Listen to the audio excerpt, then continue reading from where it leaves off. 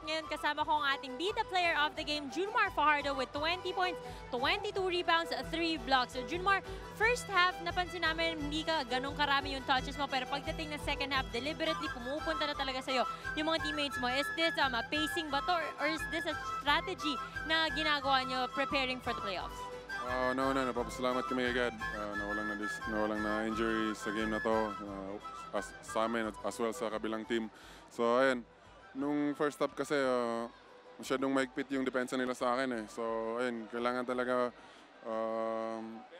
pupunta sa akin yung bola. So nagdo-double sa akin. So kailangan ko talaga, may mababakante talaga. So kailangan ko, ako lang muna yung, ang tawag nito, yung decoy lang muna ako. So ayun.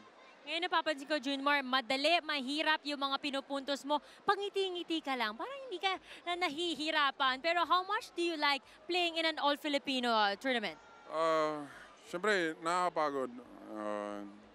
Kasi grabe yung manggaan sa loob eh. Pero siyempre, kailangan mo i-enjoy yung game eh. Kasi pag napapagod ka na, tapos masyado mo pang siniseryoso, parang napipressure, parang nabablanko ka. So kailangan mo i-enjoy lang para release lang ng pressure. So, ayun.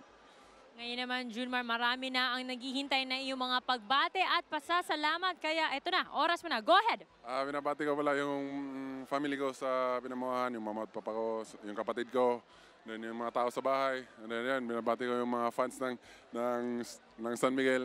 Salamat sa suporta nila. Then binabati ko si Mike, Nick, Maki, Ron, Arjan. So, ayun, salamat sa suporta nyo. Then, God bless sa ating lahat.